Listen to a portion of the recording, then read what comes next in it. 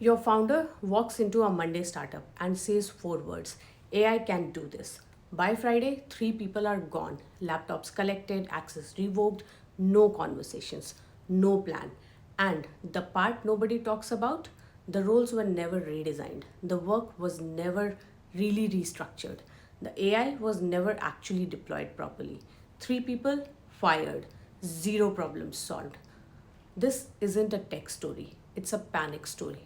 And it's happening right now in Bangalore, in Gurugram, in Mumbai, and in startups that should know better. Today, we are unpacking the AI panic, why founders reach for the eggs before they pick up the blueprint, and what HR must do before the next Monday stand up. Let me give you a real pattern. I'm not naming the company, but this is a Gurugram based B2B SaaS startup. Series A, about 80 to 100 people. Their founder reads a LinkedIn post about AI replacing junior content writers. He forwards it to the marketing head with just one line: do we really need this team? 2 weeks later, three content writers gone, one SEO executive gone. What replaced them? A chat GPT subscription and a vague instruction to use AI. 6 months later, their organic traffic dropped by 34%. Why? Because no one mapped what those writers actually did. The briefing, the internal linking, the brand voice calibration, the founder interview prep. They fired the people, they kept the problems. This is panic firing, and it almost always follows the same four steps. 1. Founder sees an AI demo or a viral post. Number 2. He asks HR or finance, what's the headcount cost here? Number 3. The number looks big. 4. Exits happen before any redesign conversation. There is no step where anyone asks, what does this person actually do? What judgment, what context, or relationships do they carry? What does the AI actually replace and what it doesn't replace?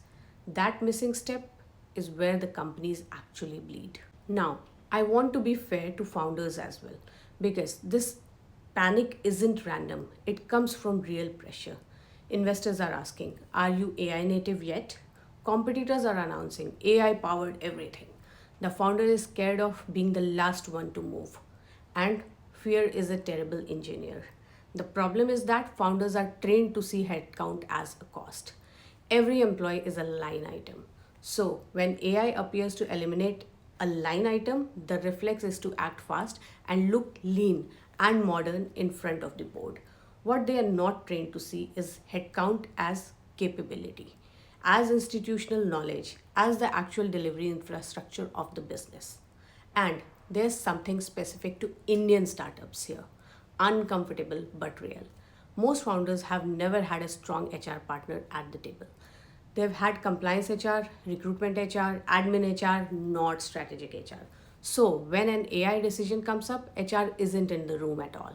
Finance gives the cost number, the founder makes the call, and the people function gets handed the with the paperwork and the exit formalities. That's not a founder problem alone. That's also a signal of how much influence HR has built or hasn't built in that organization. So, what does the other path look like?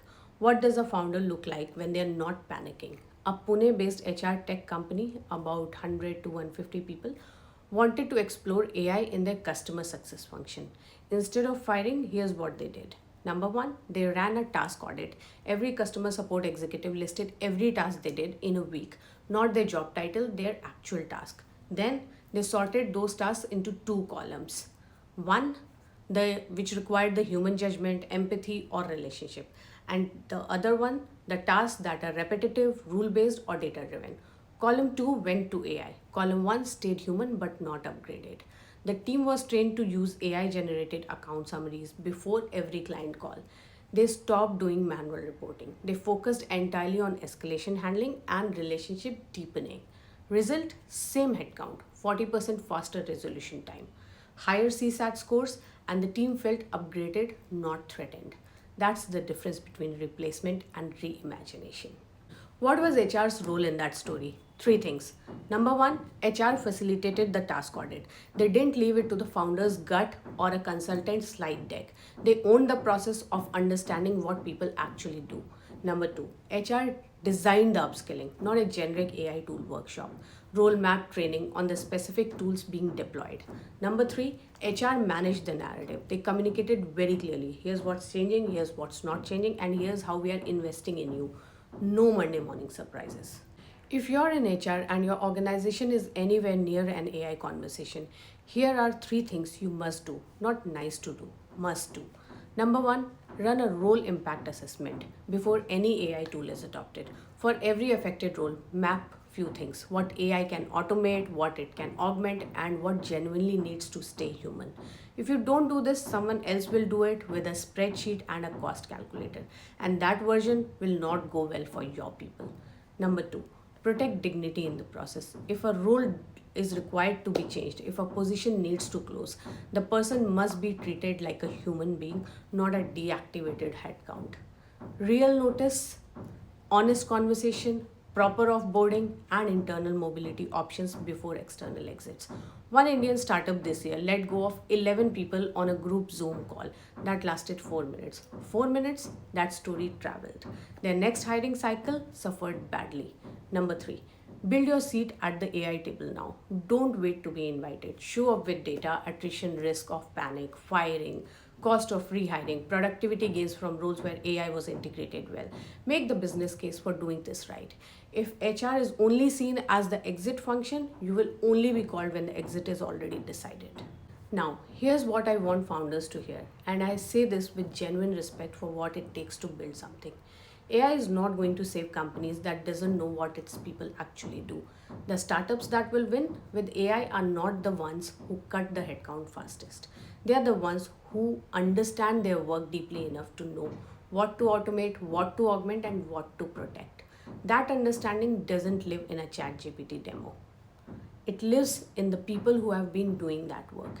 And to every HR professional watching this, the next time your founder forwards you a LinkedIn post about AI replacing someone on your team or in any other function, your job is not to start the exit process yet.